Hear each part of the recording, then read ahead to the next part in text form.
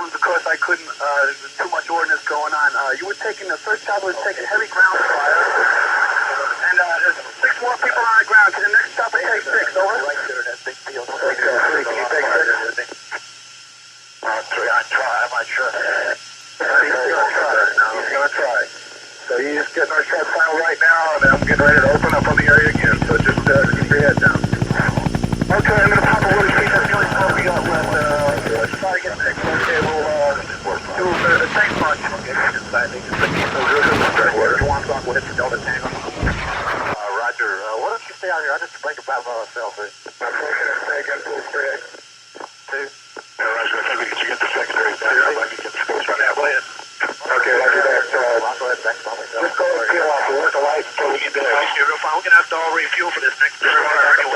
He's down on the ground now, and they've got the rest of the game. They want to just chase him back and knock him down. All right. 512 is 597. You got 4 minutes. Call 131-0 and come on, too far! 131-0. Are you ready to hear? Papa, this is Delta Papa. I am en route to your location. I will be there very shortly. Okay, 1-3. Come on down and join us. Sure, that guy, he was around on our radio.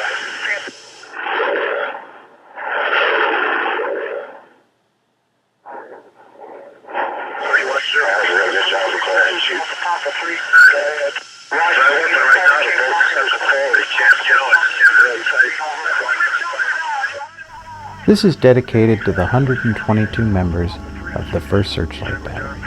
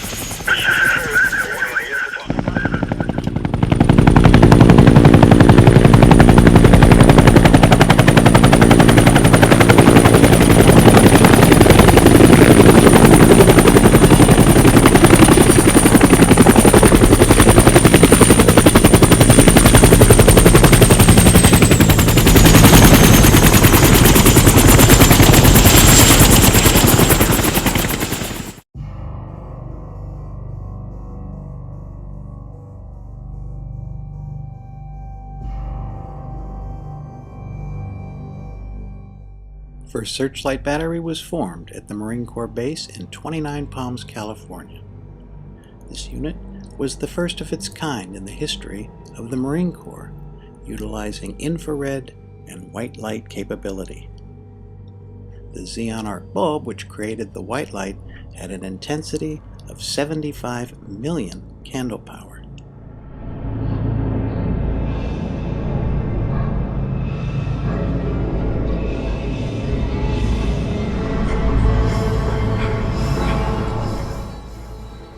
Function for the searchlights was perimeter defense at each of the bases in the I-Corps area.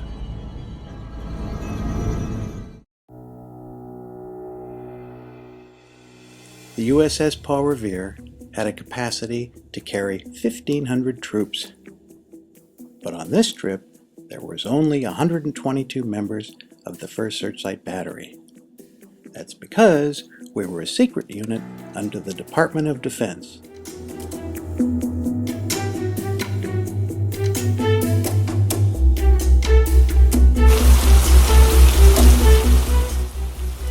When we arrived in Danang, it was dark and rainy. In the distance, we could see the flashes of artillery and hear the explosions, as well as random gunfire. We were offloaded to the docks, where we spent the night getting soaked. In the morning, we boarded LCUs and floated up north about a half-mile off the shore to the Quaviet River on our way to Dong Ha, our new headquarters.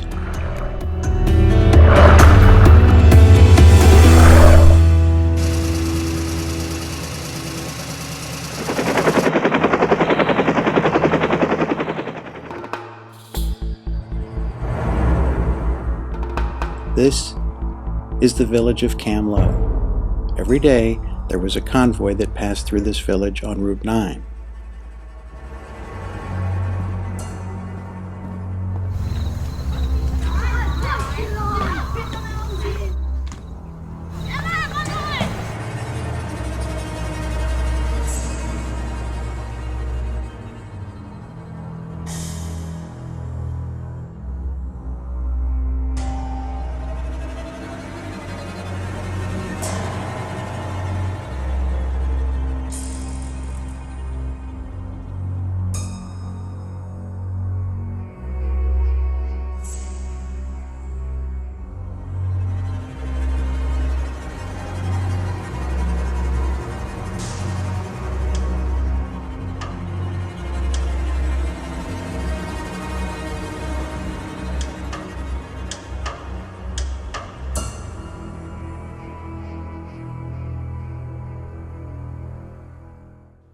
This is 12th Marines with a 105mm howitzer returning fire during incoming.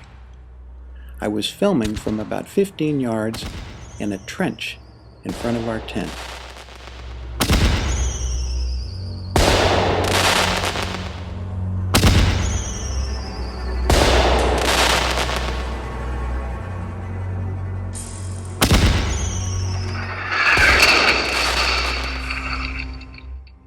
This is my sergeant, Bob Parley, in the trench, with Frank Moszcienski having a smoke.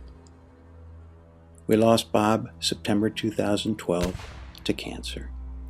He will be missed.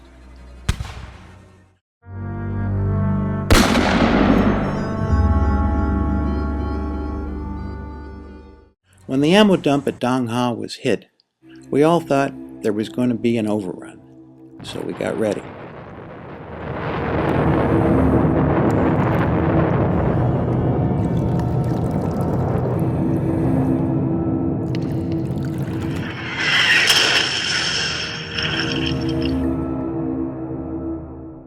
When you see the guns pointed in this position, they're firing for a trajectory that will hit the perimeter of the base.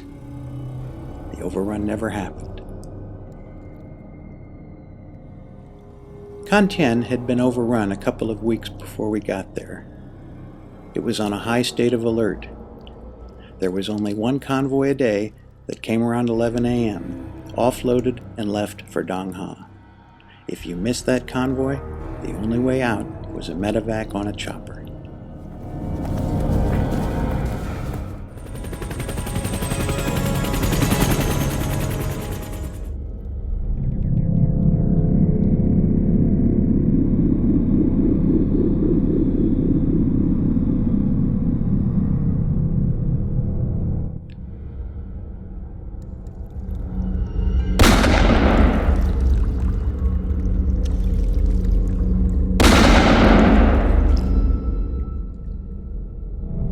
One September morning, I thought we were having an earthquake at Cantien.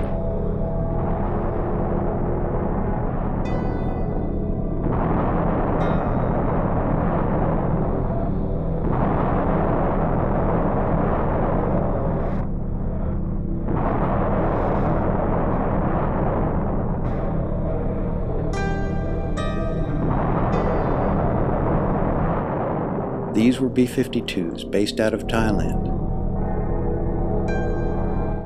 You couldn't see them, there was no jet trails, and there was no sound. Only this.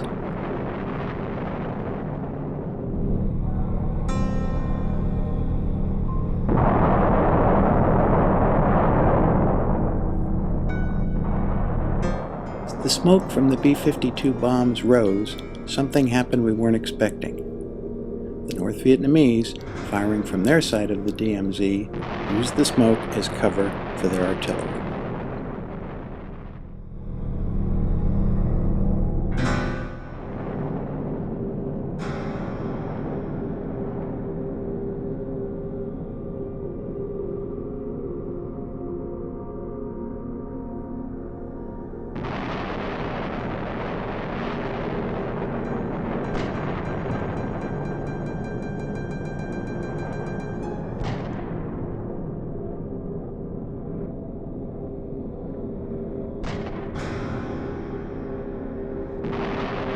We started taking income. It wasn't long before we were all back in our bunkers and trenches waiting it out. Now the medevacs were about to start, bringing the wounded back to the rear.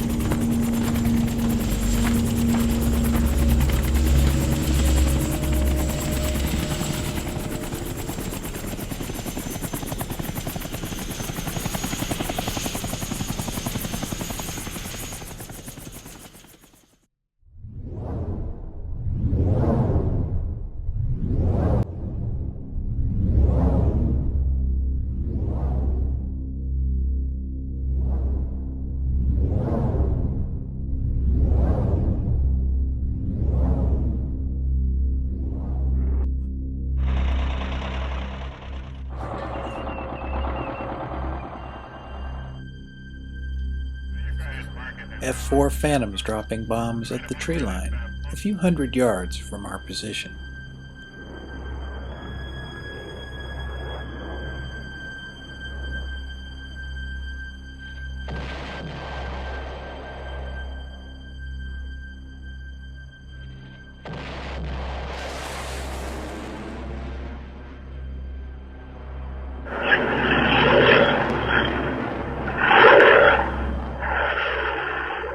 Later that night, we heard Hanoi Hannah on the radio. GI, your government has abandoned you. They have ordered you to die, GI.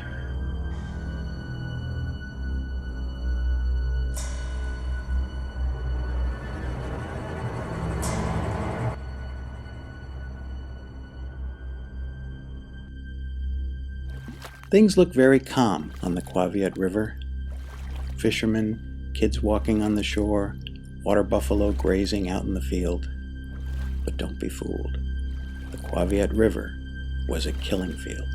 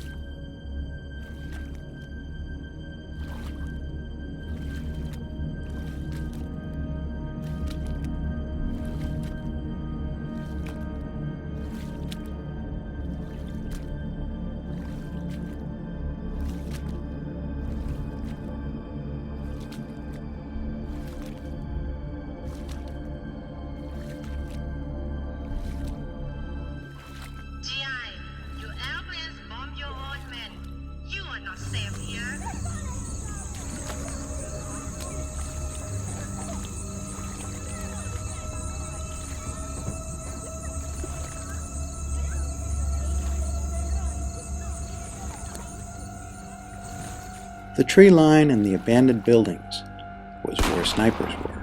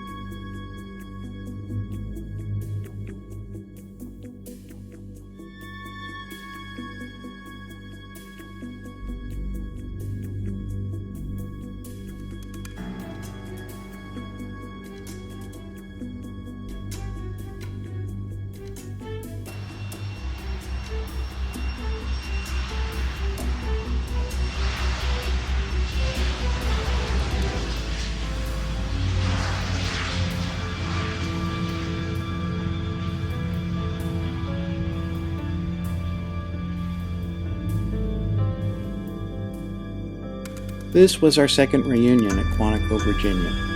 We've had a total of 5 reunions to date.